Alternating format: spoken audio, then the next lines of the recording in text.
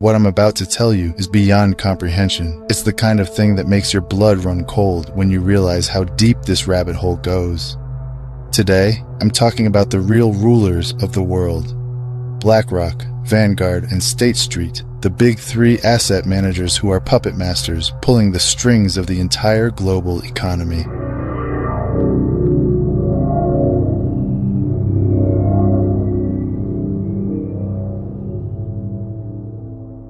Welcome to the shadow economy. BlackRock controls $10.6 trillion in assets. You heard me right, trillions. That's more than half the GDP of the entire United States, folks. This isn't just a big company. This is a super entity, a shadowy colossus, operating behind the scenes. And I'm telling you right now, it's not your money they're controlling, it's your lives. You might think, just investing money, right? It's not like they own it. Wrong. They don't need to own it to control it. This is financial warfare at its finest, people. They've perfected a technique called passive investing, a loophole that allows them to buy up shares in nearly every major company across the board. They hold pieces of everything: Amazon, Apple, Google, you name it. They have stock in 95% of Fortune 500 companies, and they claim they're just passive, just going along for the ride. BlackRock, Vanguard, and State Street are sitting on top of your pension funds, your 401ks, your insurance savings, the money you've been slaving away for your whole life. They're holding it, they're using it, and you get zero say in what they do with it. It's like a pyramid scheme, but worse, because this time, the pyramid is the entire financial system. They use these index funds and ETFs to buy small stakes in every company, which might sound harmless, but here's the kicker. When you own 5% of a company and everyone else owns fractions of a percent, you're the biggest player at the table. And guess what? The votes, they get the votes. Your retirement savings are the bargaining chips for BlackRock's power plays. This isn't investing, this is universal ownership. They don't have a stake in the game. They own the entire casino. When you look at the big picture, it's clear.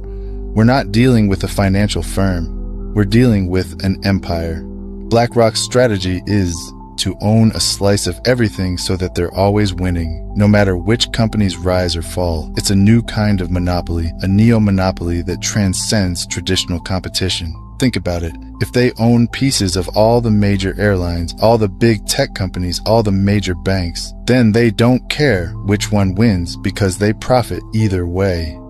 This isn't capitalism, folks. This is something far more sinister. It's like a financial octopus. Its tentacles wrapped around every sector, squeezing tighter and tighter. Why would they want control over every aspect of the economy? Because it's not about the money, folks. It's about the control. This is a move straight out of the globalist playbook. The same playbook used by the World Economic Forum. Larry Fink, the CEO of BlackRock, isn't just a finance guy. He's a globalist insider, rubbing elbows with Klaus Schwab, pushing for ESG scores, and advocating for stakeholder capitalism, which is just fancy talk for centralized control. And here's the kicker. These guys aren't accountable to anyone. They've created a closed-loop system where they own shares in each other. That's right. BlackRock's biggest investors are Vanguard and State Street, and vice versa. It's an endless money go-round, a self-reinforcing feedback loop of power and influence. It's the ultimate financial power grab, and the average American is completely clueless about it. We've established that BlackRock isn't just an asset manager.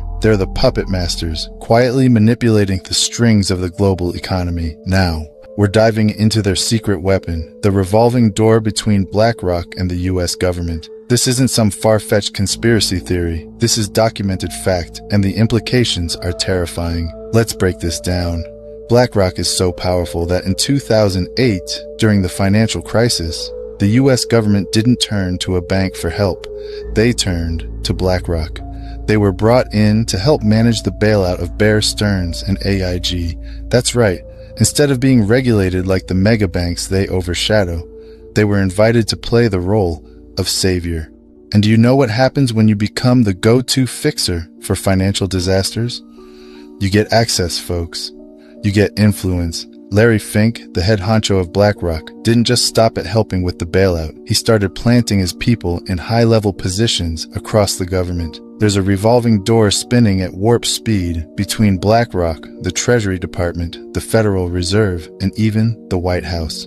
Since 2004, at least 84 former government officials and central bankers have found a cushy landing at BlackRock. You think that's a coincidence? Let's talk about Larry Fink himself. He's not just the CEO of a big company. He's a globalist insider, a kingmaker. He sits on the board of the World Economic Forum, rubbing elbows with Klaus Schwab and the rest of the elites who are planning the Great Reset. You remember that, right? The Great Reset is about resetting the world's economy into a controlled system where they own everything and you own nothing. Fink tried to get himself appointed as Hillary Clinton's Treasury Secretary in 2016. He wasn't just vying for power. He was preparing to be the gatekeeper of American finance, and it gets worse. BlackRock has direct ties to the Federal Reserve, which, let's be honest, is neither federal nor a reserve. During the COVID-19 pandemic, the Fed turned to BlackRock again to help administer emergency lending programs. This means BlackRock was essentially printing money and deciding where it goes. Imagine that. The same company managing your pension fund is also deciding how much money gets pumped into the economy. This isn't free market capitalism, folks. This is financial fascism now.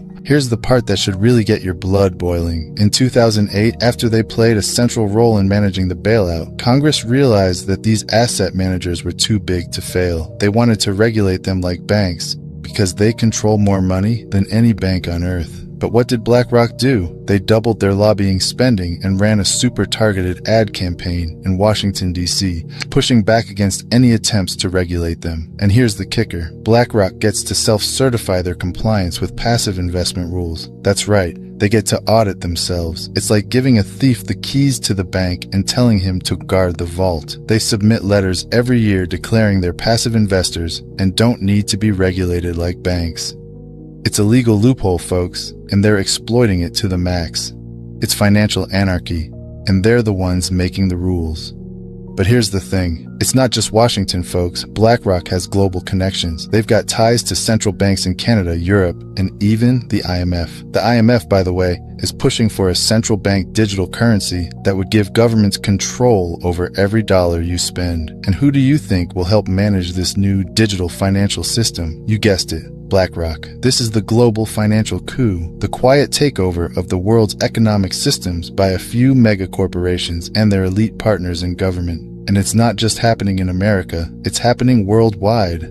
BlackRock isn't just a company, it's a globalist tool, a financial weapon being used to shape the future without your consent. BlackRock owns a piece of Amazon, Google, and Facebook, and these companies own the digital infrastructure we all rely on. They control what you see, what you hear, and how you interact online. It's the perfect storm for total control. And they've got their tentacles in everything: airlines, banks, tech companies, and even the food you eat. But what's the real cost of all this control? How does it impact you, the average American who's just trying to make ends meet? Let's dig into the great squeeze, a financial stranglehold that's bleeding us dry. The squeeze on wages and prices.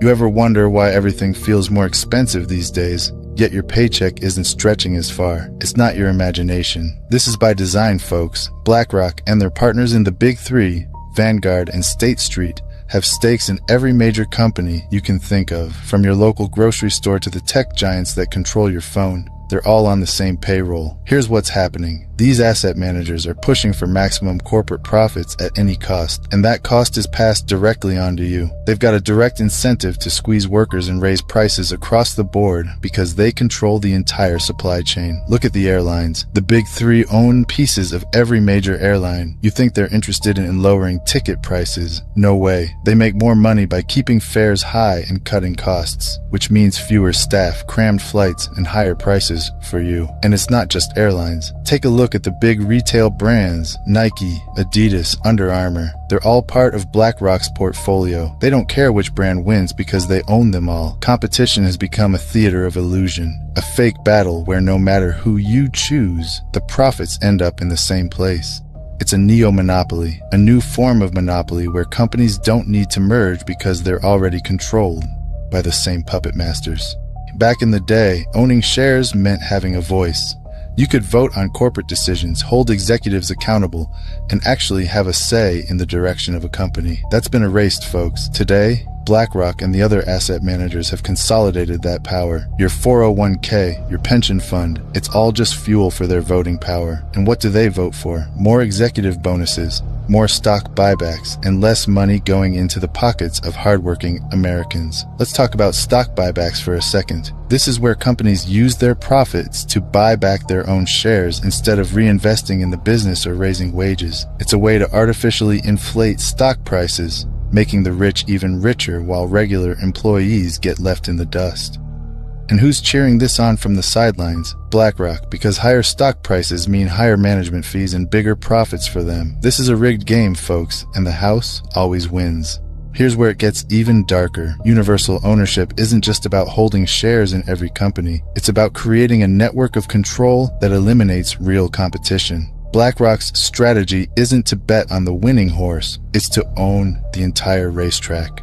They hold major stakes in all the big players in every sector: tech, retail, banking, airlines, energy. It's a web of influence so extensive that it's nearly impossible for any outsider to compete. Think about this. If BlackRock owns significant shares in both Nike and Adidas, why would they want these companies to engage in a price war? They wouldn't. It's better for their bottom line if the companies keep prices high and split the market. This is why everything from sneakers to cereal costs more today. It's not inflation, it's price fixing at the highest levels, disguised as, quote, market trends.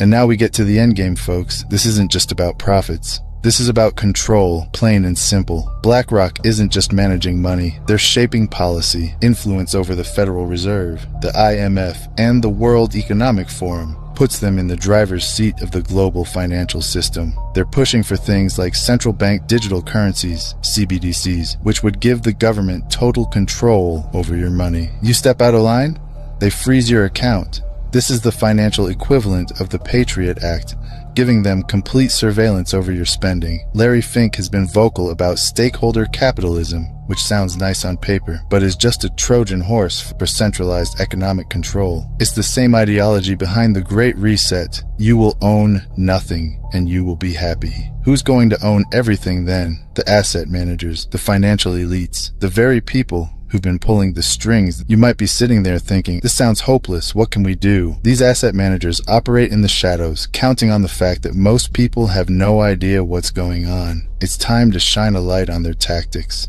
expose their influence, and push back against this financial tyranny. We need real oversight. We need regulations that treat these asset managers like the banks they are, holding them accountable for their outsized control over our economy. We need to take back our shareholder rights, demand transparency, and start making noise before it's too late.